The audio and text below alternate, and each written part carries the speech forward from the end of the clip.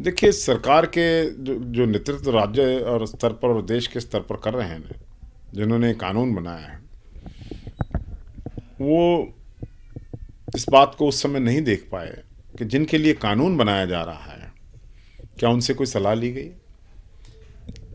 या जिनके लिए कानून बनाया जा रहा है उनको उन सब कन्वेंशंस में इंक्लूड क्यों नहीं किया गया। उनको साथ लेकर अगर बात करते हैं, राजनीतिक विपक्षी दलों से भी अगर बात की जाती और फिर उसके बाद कानून का एक स्वरूप बन के आता, तो जो परिस्थिति आज बनी हुई है देश के अंदर किसान कानूनों को लेकर, कृषि कानूनों को लेकर, वो परिस्थिति हट से बचा जा सकता था। देखिए, 26 जनवरी को जो लाल किले पर हुआ, उससे एक परिस्थिति उभर के आ रही थी कि कहीं किसान आंदोलन दम ना तोड़ जाए।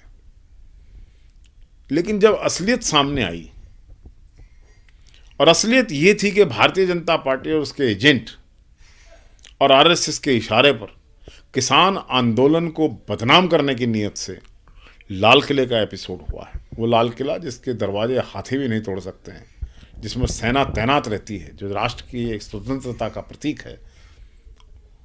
मुकरबा चौक से 21 किलोमीटर लाल किले तक के सफ़र पर किसी ने उन किसानों को रोका नहीं। इसका मतलब सरकार चाहती थी कि इस प्रकार की कोई बात हो, कोई दंगा हो, जिससे किसान आंदोलन जो है उसकी बदनामी की जा सके। लेकिन उसके बाद जिस प्रकार के हथकंडे सरकार ने अपनाए, किसानों पर पत्थर फेंके, लाठियां लेकर उनके विधायक किसानों को भगाने के लिए निकल कर आए, सड़कों पर कीलें गाड़ दी गई,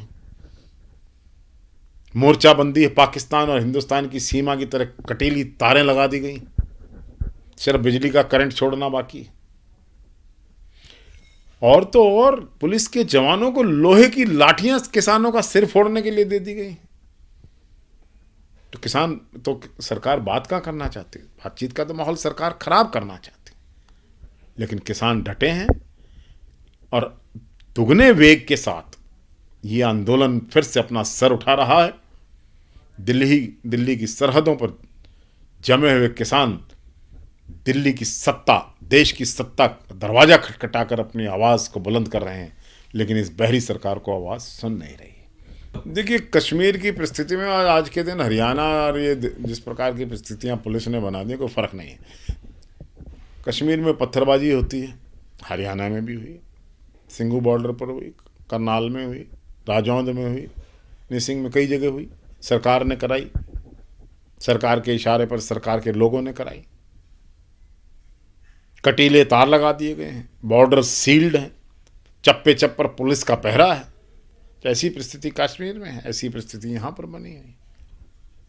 तो किसान के आवाज़ को दबाने के लिए सरकार अगर समझते हैं लोहे की लाठियाँ उस आवाज़ को दबा देंगी, तो सरकार गलतफहमी में है। किसान जाग उठा है और दुगने वेग के साथ अपने हकों की लड़ाई और इन कृषि कानूनों के खिलाफ अपनी आवाज़ को बुलंद किए हुए है। और आप देख रहे हैं निरंतर सभी बॉर्डर्स पर पहले से कहीं ज़्यादा भीड़ किसानों की आ रही है। और अब तो गांव-गांव के अंदर ऐसी परिस्थितियां बन गई हैं कि भारतीय जनता पार्टी और जजपा पार्टी, जो इनकी सहयोगी पार्टी, जिसके बैसाखियों के सहारे हरियाणा की सरकार चल रही, इसके मुख्यमंत्री और मंत्री, विधायक और सांसद किसी गांव में जा नहीं सकते। गांव-गांव में पोस्टर्स लग गए हैं कि भारतीय जनता पार्टी और जेजेपी के लोगों की एंट्री बैन है। तो ऐसी परिस्थिति आज देखने को मिल रही है जो पहले कभी देखने को नहीं मिली। किसान जज्बे के साथ अपनी लड़ाई लड़ रहे हैं, उनकी लड़ाई शुद्ध है, गैर राजनीतिक है। ठीक है, राजनीतिक दलों का समर्थन है, विचारधाराओं का समर्थन है, लेकिन उन्होंने अपने मंच पर किसी राजनीतिक व्यक्ति को भी आने नहीं दिया और वो अपने विशुद्ध किसान आंदोलन को चला रहे हैं और निरंतर ये आंदोलन बढ़ रहा है, सरकार आंख बंद किए हुए। देखिए, चौधरी देवीलाल की विरासत पर इस परिवार ने बहुत लंबी राजनीति हरियाणा में की है, कई बार सत्ता प्राप्त की है। चौधरी देवीलाल के सामने सर झुकता है। बड़े बड़े किसान नेता भी थे, देश के बड़े नेताओं में शुमार थे, हरियाणा के मुख्यमंत्री भी रहे। लेकिन उनकी विरासत जिनका ये दम है कि उनकी दावा है कि उनकी रगों में चौधरी देवीलाल और किसान का खून बह रहा है, जो किसान के खून से मिलता है। आज किसानों पर गोली लाठी चले, पानी कैनन चले, सर्दियों में किसान बैठे हैं, लेकिन वो सरकार में बैठकर अपने राज की खाज को मिटा रहे हैं। उनको किसानों से कुछ लेना नहीं, और देश और प्रदेश की जनता इस बात को अच्छी तरह समझ गई है कि ये लोग राजनीति के नाटकबाज हैं, राजनीति के ऐसे मोरे हैं जो न किसान के हैं। और आज अगर चौधरी देवीलाल जिंदा होते तो अपने इन वंशजों के बारे में, जैसे उन्होंने पहले भी एक बार कहा था कि ये मेरे वंशज नहीं हैं, मेरे पुत्र नहीं हो सकते हैं, उन्होंने कह दिया था, तो साफ गलत। तो वो आज की परिस्थिति अगर देखते तो आज कहते कि ये व्यक्ति मेरे वंशज होने के काबिल नहीं। सर, अभय चौटाला ने तो इस्तीफा दे दिया है। उन्होंने कहा कि मैं किसानों के साथ खड़ा हूं, किसानों इस आंदोलन को आगे बढ़ाने के लिए मैंने ये इस्तीफा दिया। देखिए, अभय चौटाला राजनीतिक नौटंकी कर रहे हैं। पहले जो इस्तीफा भेजा गया था विधानसभा द्वारा, कंडीशनल था, मैं विधानसभा का अध्यक्ष रहा हूँ,